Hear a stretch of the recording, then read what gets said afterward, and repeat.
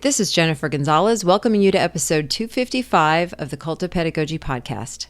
In this episode, we're going to talk about a different approach to decorating your classroom that puts students at the center.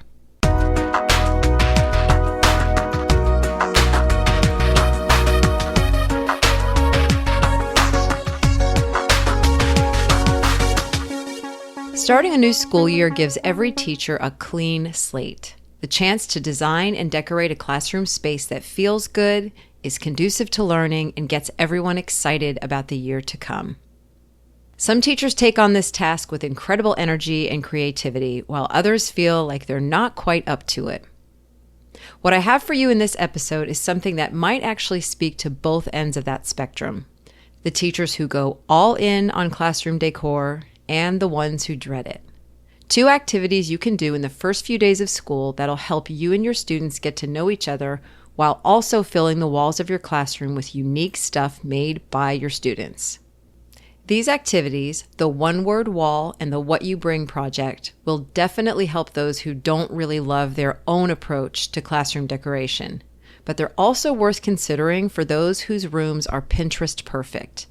Because even though those classrooms are beautiful, they don't necessarily reflect the students in them. Many times they're more of a reflection of the teacher. So no matter what your approach is to classroom decor, today's episode should offer a couple of ideas you might want to incorporate. The activities are coming from my guest, Tom Rodmacher. Tom is a former middle school English teacher, the 2014 Minnesota Teacher of the Year, and the author of several books on teaching and parenting.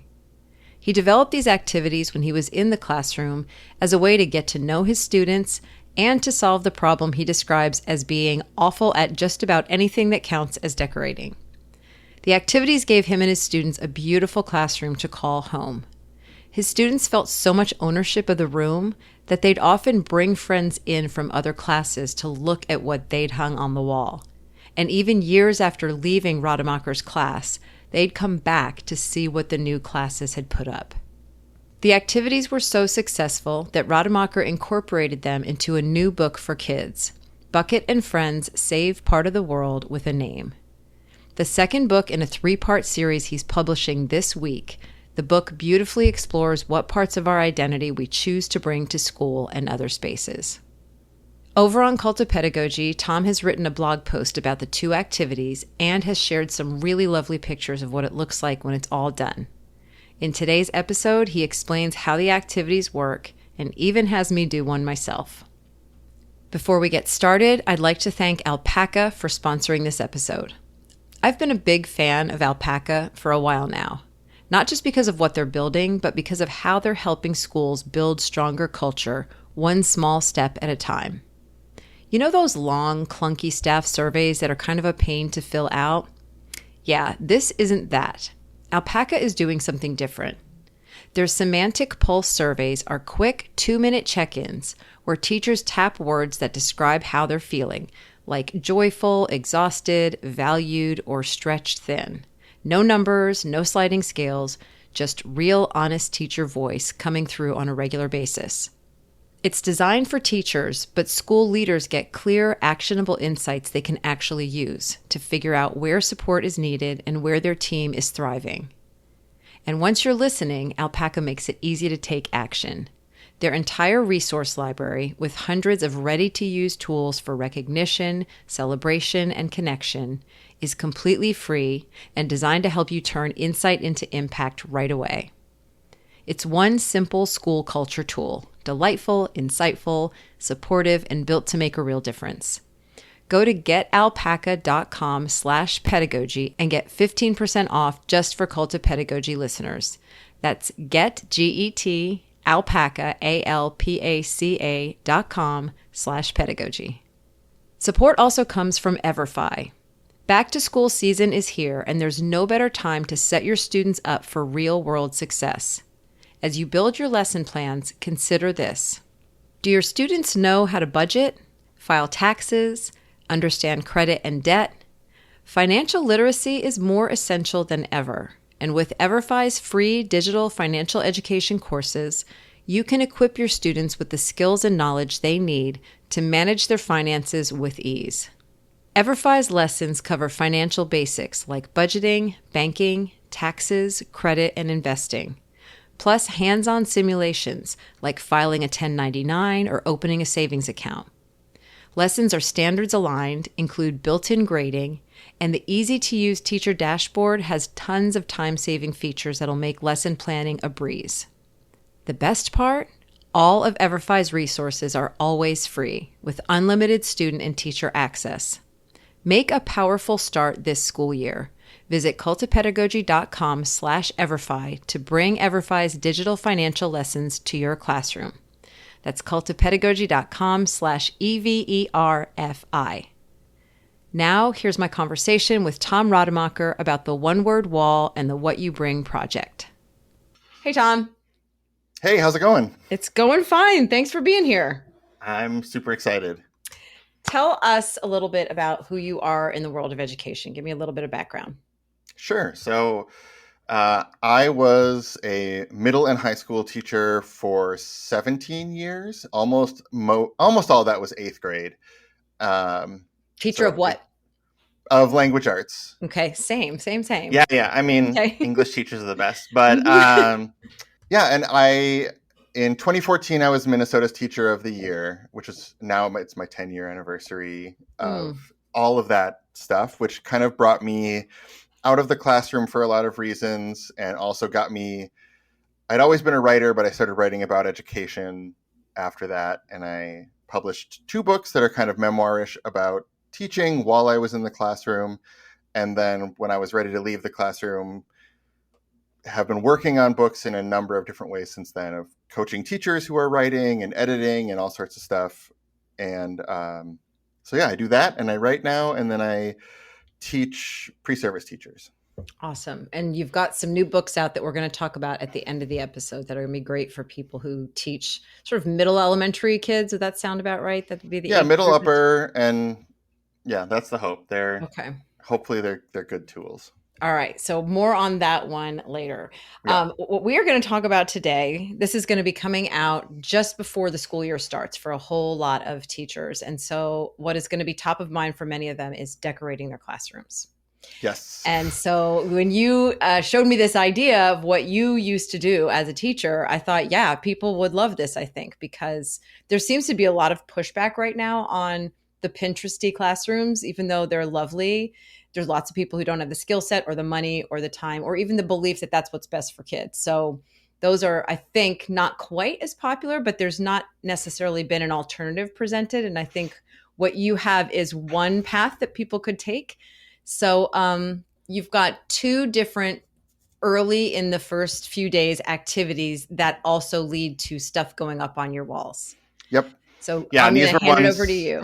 Yeah, these are ones that I developed over, I mean, I probably started doing them 15 years ago or so, and they became an every year thing. And I just think that they are a beautiful way to, one, get the walls all covered with beautiful things that the students are making, and also signal to the students that it is their room as much as it's my room, and that them and like their full identities are welcome in my room, without me, without me having to like choose what that would be and putting it all up, and I think you're right. Like I think the Pinterest rooms or whatever, like if people love it, they love making their room look great. I think that is wonderful. Do what you got to do. And also there's a lot of rooms where, I think sometimes teachers are just like, I just need to put stuff up on my walls. And so I've got these like 17 Garfield posters or whatever it is, like we have a million, like our walls are so full with stuff, and so little of that stuff is things that our kids created. And I think they really appreciate having themselves and their voices up on the wall. Yeah. So yeah, I started these both grew over the course of a lot of years and became really a tradition in my room that spread around my building, and other people around the country have done them and found a lot of success with them. Cool. And what I love about these, and this is what I think people are going to like, is that I think there are people that are bought into this idea of hand over sections of your room to let the kids decorate them. And the only problem with that is that means you start the year with blank walls that maybe build over time. And what I love about your activities is that it gets stuff on the wall pretty quickly in those first few days, which is, that sort of solves the bare wall problem.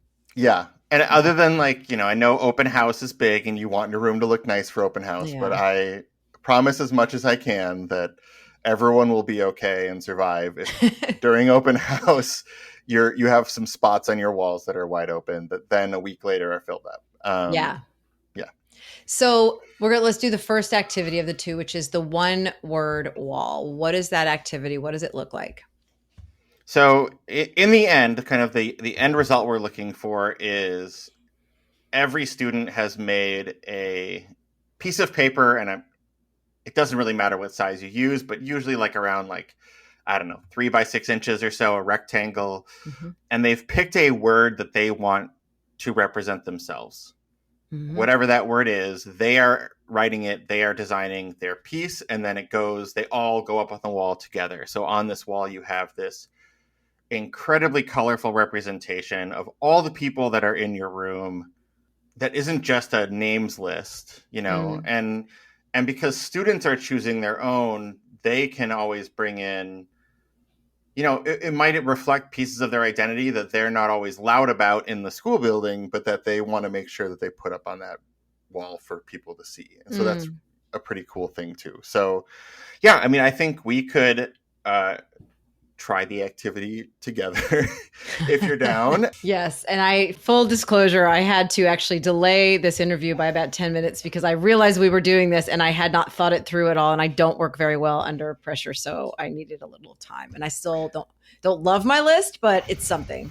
Well, and that's I think a really good, that's really good to show, because there are students for whom you start by writing down 5 words that you would say that represent you. And I mean, you can also do a full, brainstorm on the board and brainstorm somewhere else if you really want to get kids a big, long list. And I usually kind of walk them through different things they might not have thought of. So, things their dreams for who they want to be when they are older, or their values, or their personality traits about themselves, or their belief systems, their family histories, and certainly some, physical traits or things like that are usually what they start with. And sometimes that goes through, but yeah, there's not really a right and wrong of words they can and can't do.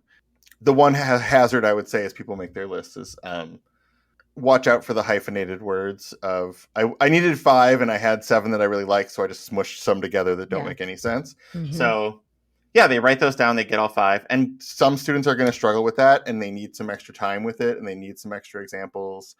And also, our words change very often. And so reminding them that it's okay to have a word that, to not be okay with your list right now and be like, well, I might keep thinking about it, or, this isn't the list I would have made a week ago. That's fine. And in the end, if they do 5 words and they've got their whole 5 words and they've got it perfect, and then when they get down to actually writing their word on a sheet of paper, they're like, I think I want a different one. Why not?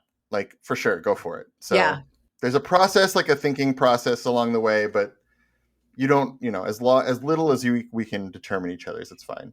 Okay. So you already wrote your 5. I did not. Wow, you're going to do it on the spot. Can you share your 5? Yes, I can. And also, is this part of the way that you run the activity? Do students share their 5 in some way? Yeah, so usually what I'll do is I'll put like a bubble map. I've got a sheet that I usually give them, which I can give you access to so you can share it. But I usually put a bubble map up on the board of 5 bubbles with my name in the middle. And then I write mine up while they're working on theirs. And then I'll share mine, and then usually ask like, okay, are there ones that you want to share? Or, if it seems like you can read the room, sometimes it's within your groups, you all want to talk about yours, that's fine.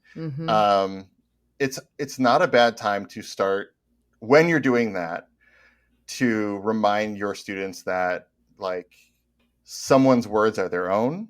So you don't need to suggest to them what they should write down, because then you're going to get, you might get that like, you've been together for 3 years and this person has a reputation as Mm. XYZ. And like, you don't, Mhm. if that person doesn't want to use that, you don't want them to feel pressured. And also that, that we're not here to judge what other people's words are or tell them that they're right or wrong or whatever. Mhm. So Mhm. kind of setting that groundwork of like everyone's work is their own. So it's okay if you want to share it, but like let them do their own, I think is really Mhm. important. So yeah, there's some of that discussion there as we figure it all out. And then I get to spend a little bit of time too when I'm sharing mine of not only sharing a little bit of the thought process of why I picked words, they get to then know a little bit about me as a teacher, as a little bit Mhm. about me outside of the classroom. And I get to model some of that vulnerability of talking about those things. So I will often mention that, like I struggle with anxiety and I'll put anxiety on my bubble, Mm. one of my bubbles, and be like, that's not my favorite thing about myself. Like sometimes Mm. it's a I have one of those superpower, but too. Yeah. yeah, like sometimes it's not my favorite, but it is also a big piece of how I exist in the world. And just mentioning that in class has, I think, gives you that moment of vulnerability and also of letting, for that one, like I've had kids almost every year who've come up to me and been like, hey, also I have anxiety too. And like, Mm. so if I'm ever having a bad day, can I just come be like, it's an anxiety day and you know what that means? And I'm like, Mhm. totally know what that means. And like, Yeah. like it's just that not little relationship, but relationship building through just that sharing Just piece. choosing and So sharing the words. Yeah. Yeah. Okay, you want to hear my words? love to. Okay. So the first one, I'm going to read them in the order that they came to me. So the first one I put down feels almost like a throwaway because it's so obvious, but I just wrote mother because I've got 3 kids. And when I think about any priority of mine, and it also just vastly changed my identity. It changed the whole course of my life, all of those things. So I put that. The next one, and also the parallelism grammatically between these 5 is very much not a thing. I tried to Sure. get them all to be like the same type of word. So the next word I put was voice, because there has been a pattern throughout my life of sort of speaking up when I think something needs to be said. I'm not somebody who will like immediately have a confrontation or anything like that.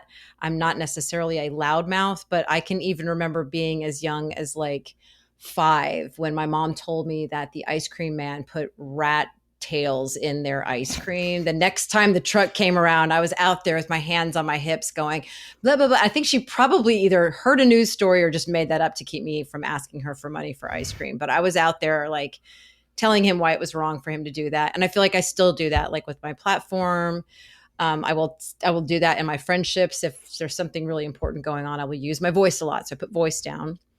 I put ecosystem down, and that is meant to encapsulate the fact that I like to keep growing in a lot of different ways. And so I'm constantly seeking ways to grow, whether it's emotionally or taking care of my physical health or learning something new. And I feel like all of those things feed on each other. And that's just like an important value that I have. I put laughter because I feel like I still have a 12-year-old sense of humor about some things, which is I don't know unprofessional. anything about that. Yeah. Yeah. And sometimes if I'm in certain spaces, I'm finally learning as an adult to stifle it because sometimes not everybody in the room appreciates it, but it's a part of who I am. And it's something that if I see it in somebody else, I'm like, yeah, like Right. Oh yeah, for we're sure. still going to laugh at burps and farts like we're a bunch of stupid 12-year-olds. Yep. Yes. And then the very last one I put is dopamine addict. I just, in the last month, it has been presented to me that I may actually have ADHD. And nothing could have surprised me more. But the more I look at the pieces of that definition for adult women, a lot of it fits and it explains a lot. And so the dopamine addiction is a big, important piece of ADHD. And so now I'm seeing why I have certain habits that I do. Yeah. And I so, mean, this is a whole other episode mm-hmm, that I would be happy to come do as well. But yeah, I got mm-hmm, diagnosed 2 years ago with ADHD, no way. Yeah. and it's same thing of like I even as someone as a teacher who interacted with that diagnosis and whatever all the time, Never and kids occurred that to had you. that all the time. Well, like it, I think as an 8th grade teacher, it really served me. Like it really took me leaving the classroom to be like, oh, okay, here we go. I need something that's going to help me like focus more. But also I think I had this like idea of the like stereotype of what ADHD was. Yes. And it was just like, oh, so you bounce around and you don't pay attention. Great. Right. But then actually learning about as an adult, learning about the dopamine thing, learning about working memory and all these things that are like, oh no, there's a lot going on there, and how it works is really important. Yep. Has been a really impactful experience for me of looking at a lot of behaviors, habits, whatever in my life, and being like, oh, that makes a ton of sense now. Yeah. Right. Yeah. I might have been a little surprised by it, but not a single person in my life was. Well, and that's the thing. There's this, Debbie is somebody who's worked for me for 10 years. And I mentioned it to her like about 2 weeks ago. She's like, oh yeah, I could have told you that. Yeah. I was like, you jerk. Like you could have said something. She's like, yeah, I am too. So it's become a very interesting piece of my identity. So those are my 5 words. I've got mother, voice, laughter, ecosystem, and dopamine addict. Great. Okay. All right. So mine are writer and teacher are very, very often, not very often, every single time I've ever done this, those top 2 are always there. Yes. They're like the first 2 that come down. Anxiety, although as we just were mentioning, like I may do anxiety / ADHD or something at this point, because they are very, very, honestly, addressing my ADHD is like the number one thing I've ever done to help my anxiety. I have dad. And then my final one is curious. I think that I was going to do that one too. Yes. It's like it's the gas that drives my engine for sure. When I was reading an article or a research paper last year, and someone defined curiosity as like the excitement of delayed knowledge or something like that. Ooh, I should find it was like this really cool. It was like, ooh, I love that. Like when you like, ooh, there's something for me to go find out. I don't know it yet, but I'm gonna go get it. Like, ooh, that's absolutely my engine driver. So that's nice. Okay, those are great words. Yeah, and those are my 5. And usually when I did this as a teaching 8th grade, I would have 5 sections a day or something, and I would do it every hour, and like sometimes even hour to hour they would change. Right. And so it certainly is a flexible thing, and that's okay. But yeah, once you get those 5 down, now you've done some really thinking about yourself and who you are in the world, and you've put those down to words. And so the next step, which is usually a challenging one, is that you have to pick one to cross off. Right. Yes. Which I think, and that whole thing is, it leads to more conversations, I'm assuming, and people continuing to get to know each other. And you had even said, which by the way, people listening, Tom has written an article about this. So, and you said in there that causes some people a great emotional distress to have to cross something off. Especially adults. In my experience doing this process with adults, that's when I've had actual tears at this process. And it's hard. I mean, like there's real reasons why that's hard. And I just try to remind everyone involved that like this is not legally binding. So like if you were like, I love dogs and I love my dog, and then you cross off that, like your dog's okay. Your dog, you're not going to kill your dog by doing that. Like it's okay. And the idea is just like, okay, if these are the 5 words that most define you, which one is the first one you would be like, all right, I could leave that word off. These other 4 are I'm maybe still stronger than that. Yeah. And so, I'll do that one first. Okay. Because it's the worst one. It makes me look the worst. But like, I think I'm going to cross off dad first. That's funny. It's mainly because I don't like my child that much.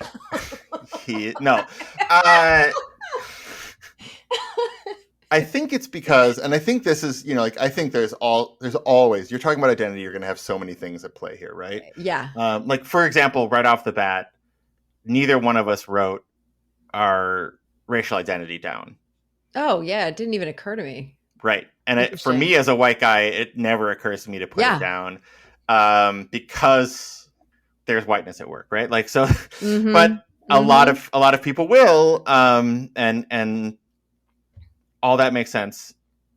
I think there's also a gender piece in that for dad, is that men very often are only treated as dads when they are with their child doing dad stuff. So at work, I've never had people be like, but why aren't you, if I'm doing the extra meeting, the extra whatever, no one's asking me like, but why aren't you home being a dad? Yes, yeah.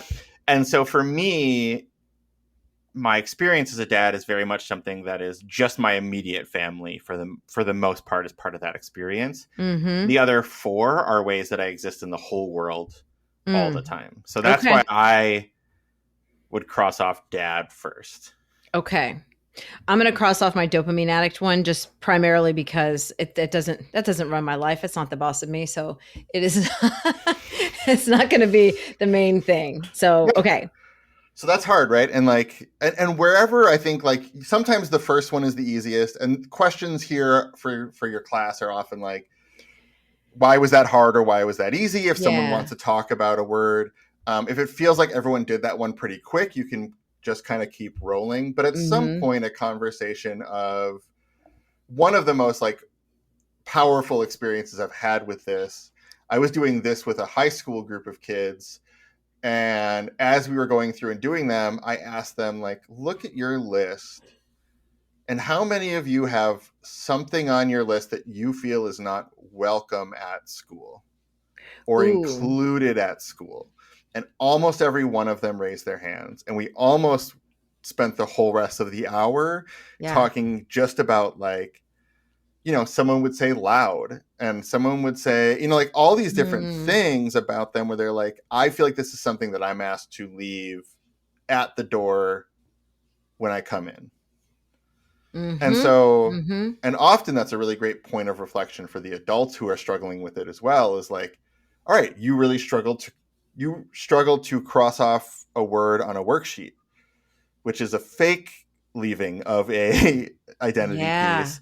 Yeah. Now think about what it means for your students to have to, for real, hide that piece of who they are while they're at school, right? Like, well, and I'm even thinking that I think another question, which you probably also maybe have asked, is just like, what did you not even put down? Because we're already in school and it's already something you don't want anybody seeing. And that exists for everybody probably. Right. And that's where, like, right, your list could be, and that it's usually a question from kids too. Like, do you, us at school, us at home, us whenever, and like, I really try to be like, whatever you want to do is totally okay, right? Because probably my 5 that I would have written while in front of a room of kids would be different, because then I'm acting as a teacher, right? Like, yes. Then elsewhere, at least a little bit, like where we're doing it and what version of ourselves, we kind of, a lot of us put on a character while we're teaching a little bit. Like you edit some things out a little bit. Yeah, for sure. You pretend that farts aren't funny. You have to. So I think that's a piece of it, is like who you are, where you are. Okay. So you eventually get down to one word. To one, right? So like you can go through and you can be like, I am gonna, and that's where it starts to get, especially like usually the last two are really challenging. And I almost always, in doing this, those first 2 that I wrote down are usually the last 2 I end with. So I end with like writer and teacher. And I don't always end with the end. So, like, I flip back and forth on those things a lot, depending on kind of what's going on in my life those days. If I've just done a big writing project or if I've just done a big teaching thing or whatever. So, but yeah, so I'll pick one of those 2 usually at the end. Okay. Yeah. I think I would, it is hard. I probably would stick with voice as my last one, I guess, only because in terms of sort of like legacy and impact. And what I think maybe is special about me is I know that there have been lots of cases where I've been more willing to use my voice than some of the other people around me. And so it's something that I value in myself. I like the idea of like thinking about legacy, right? Like what, Yeah. because Yeah. it's like sometimes it is like, how are you seen versus sometimes it's the one word that people know the least about me. And sometimes it's people Mm-hmm. see me very often as this, but it can be all sorts of different things. So yeah, I think I would end. This is a surprise to me actually today, but I think I would end with teacher. Yeah. Why is that a surprise? Well, because I'm not in a classroom right now. Yeah. And but teaching has always been the most important thing that I feel like I can do well. Mm-hmm. Mm-hmm. And I think a lot of people who have left the classroom find other roles where they are teaching in some way. Yeah. And I've just been, I think, more and more in the world that we are in. I feel like that is a strong part of my identity here is like belief in what teaching is and what teachers do and working to support and protect that as much as I can. So like that it just feels like that's where my work is.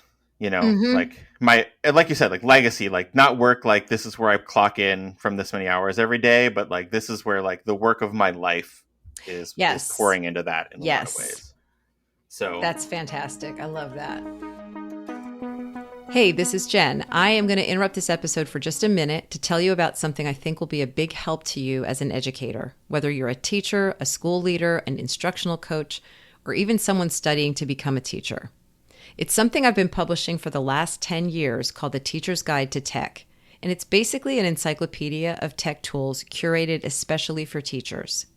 My team and I keep an eye on all the tech tools that are out there, the ones that are fresh and new, and the ones that have stood the test of time, and we think about how they can best be used in classrooms.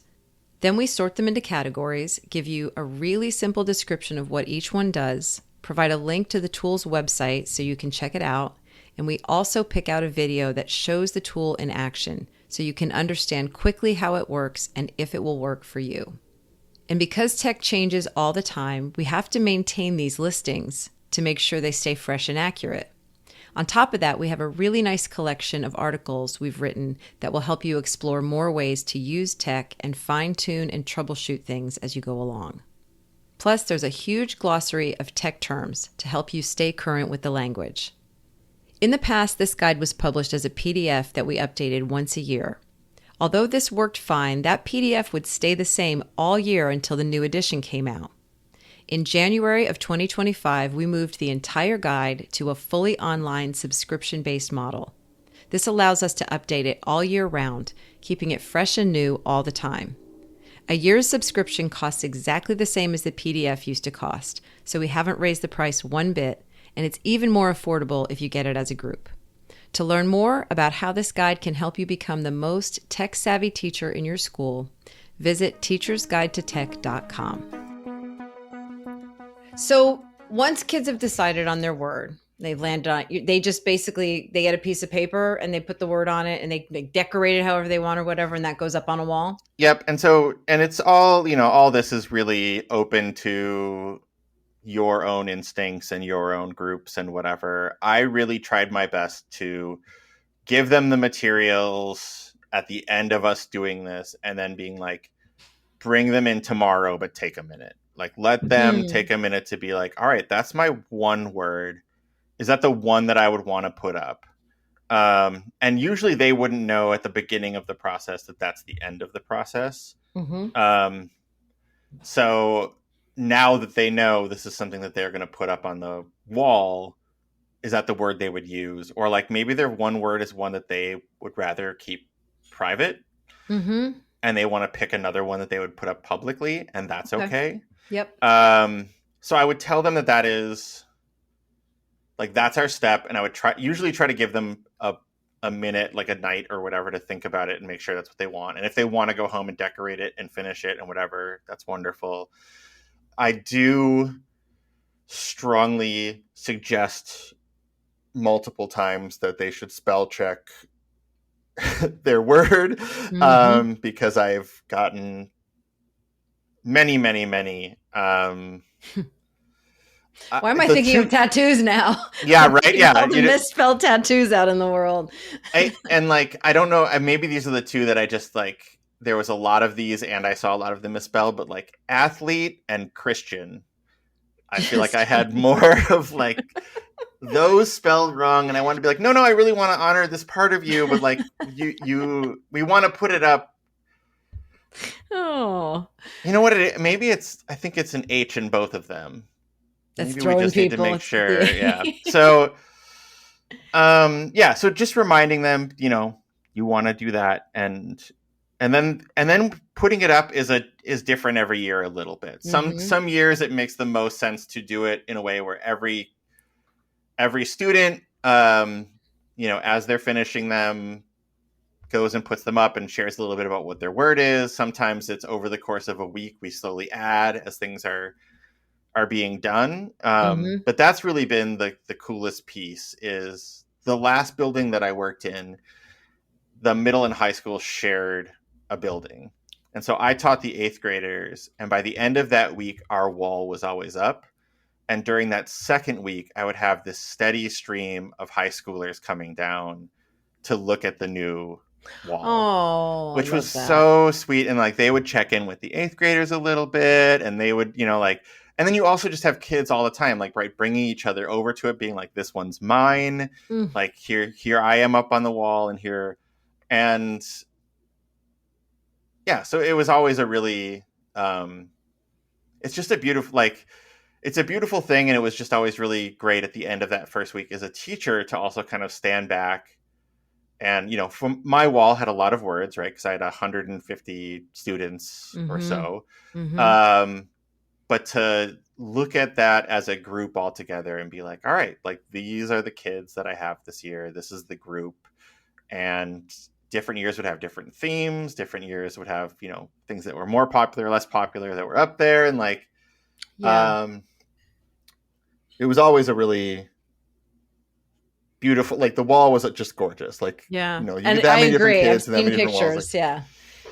And for people listening, we're going to have pictures in your article so that they can take a yes. look at And what it looks like. Yeah. if you do one, and I hope that you do, I would love to see pictures of them. Like Yeah. every year, because I've shared this a decent amount prior to this, and every year at the beginning of the school year, there's a few people that will like send me a picture of their one word wall they did with students, which is just beautiful. Do you have So like a absolutely, hashtag of any kind that you've already assigned to it? Like, could we tell people to hashtag it on Instagram? I've not done that Why yet. don't we just make one up right now? One word wall. I'm All right, actually going to look it up and see if it's already assigned to something something awful. ridiculous. Exactly before I say it on here.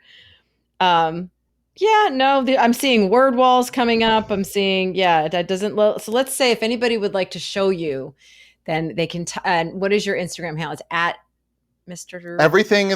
Every social media that like old people have, I Mhm. am MRTOMRAD on it, Mr. Tom Mr. Rad. Tom Rad. Okay, so hashtag one word wall. If they want to show you pictures of it, then Please, they please, can do please. that. Okay. Second activity is a little bit later in the week, and it is called the What You Bring project. So give us a summary of that one. We're not going Yeah. to do So that one. Yeah. yeah. We won't do that one, but that one this one kind of grew off of it in that way of one word is great, but I also don't want students to feel like I am reducing them to one piece of hmm their identity. So this project comes right after as a way to say, now tell us about all the different parts of who you are, Mm. or like pick one really big piece. So really what it is like, if you think about, right, we often say like that the backpack that kids bring in, right? hmm So like, what do you carry with you when you come into school every day? And sometimes that is experiences that you've had. Sometimes it is talents or things that you are really passionate about, um, ways you see the world, any of those things, right? So hmm let's do a visual in some way that reflects that. And this one, I really do encourage you to do presentations within the class for them, because it's such a great way for students to talk about again, though, like pieces of themselves that their classmates may not even know about, their friends Yeah. might not even know about, or, and so, and that one, I mean, it's the, I think a lot of teachers understand, right? Like the first year of a project can be really good, but then when you've got those like top 5% of those year's projects to show the next year as examples of what they could be, then it can get Mm-hmm. cooler and cooler along the way. Mm. But I've had kids 3D print things that they were really into to show they both are into like coding and 3D printing and this other piece. I had one that hung on my wall for a few years afterwards of a student she'd been writing a fantasy novel for the last 3 years and had it developed an entire language for it.